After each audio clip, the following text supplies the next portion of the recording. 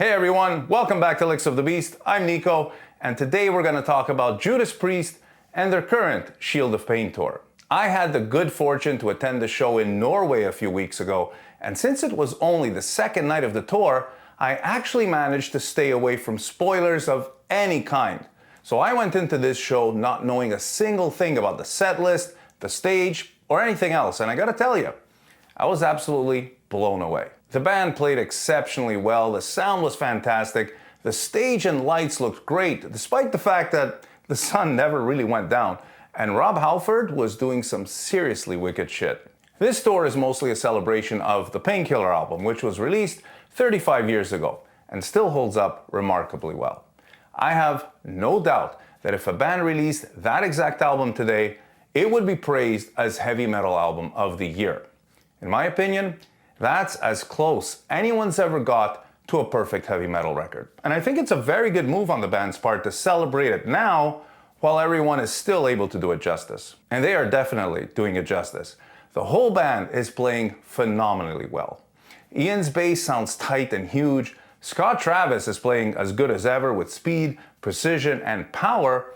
And he still has that crisp tightness and that unmistakable snap in his snare. Richie, I've said multiple times on this channel how much I admire his playing, but the crazy thing is that he's clearly getting better. And now, his vibrato is up there with the likes of Zach, Yngwie, and Adrian Smith. This is how good Richie Faulkner is. He had to step in for not just one, but both parts of one of the most legendary guitar duos in the history of hard rock and heavy metal. And nobody had anything to say about it. In fact, I think it's fair to say that he's been unanimously embraced by the fans all around the world, and it's just so incredibly cool. And you know what? Andy Sneap is getting a ton of love and support as well.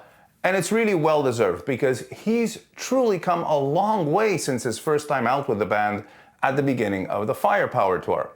His playing and tone have gone really good, and he's trading leads with Richie quite comfortably now.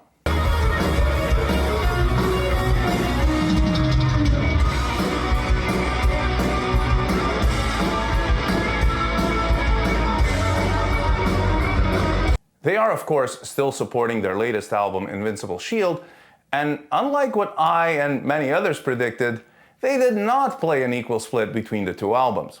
Instead, they only played 3 songs from Invincible Shield, and the rest of the set was made up of some greatest hits and a few unexpected surprises that caught me off guard in the best possible way.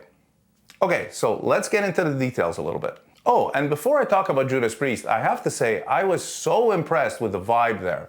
And I got the impression that Norway is a place where heavy metal is still very much alive and thriving. A lot of the people I saw around me on the show grounds looked like longtime fans who are truly passionate about the music. It was also amazing to see just how much support the 2 local opening bands had. You know, it often happens that local openers are seen as little more than warm-up acts, but in this case, both Audrey Horne, great name, and Spider God had a lot of fans in that audience. And that was really so cool to see. Once Black Sabbath's The Wizard started to play through the PA, we knew the time had come for Judas Priest to take the stage.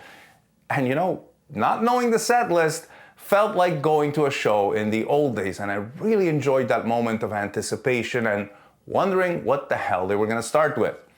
So I'm sure you can imagine my surprise when Rob walked on stage right after Scott, because that could only mean one thing.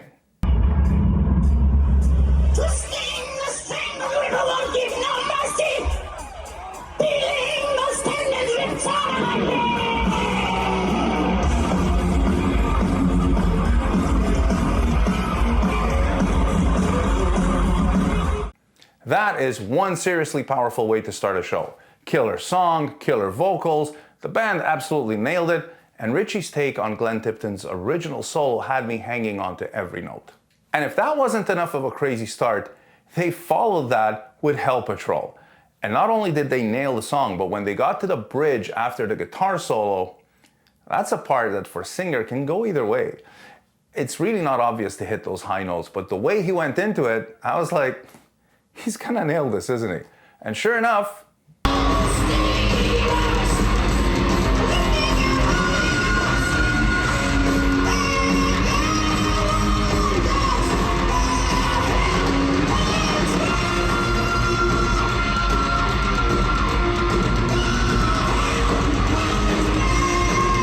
He did. That's a high F he's hitting, by the way.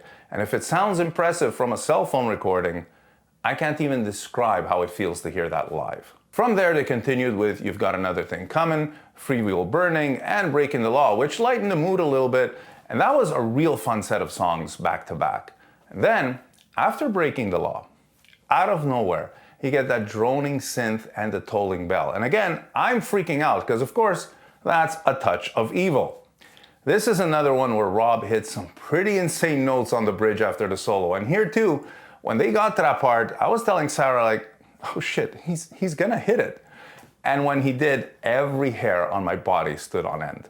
Nightcrawler was next, and it was so great to hear that one live again. Firepower was an unexpected surprise, as was the next one, Solar Angels from the Point of Entry album. Now that's not a song I ever really cared about very much, and definitely not one I thought they'd ever do live again, but for some reason, hearing the intro and realizing which song it was that they were playing had me feeling really excited. And it's a pretty cool song with a different groove, so that was a well-placed change of pace at that point in the show. Andy Sneap absolutely killed it on the solo, and that was probably the best I've heard him play live so far. He played that solo with such great feel, really laying back on those long bends and letting the notes swell up nicely. It was great, great stuff. From there, they went into Metal Gods, which is always such a badass and super cool song live. And then the other surprise was Judas Rising, the opening track from Angel of Retribution, which was Rob's comeback album back in 2005. I always found that song to be so powerful, and it felt even more so live.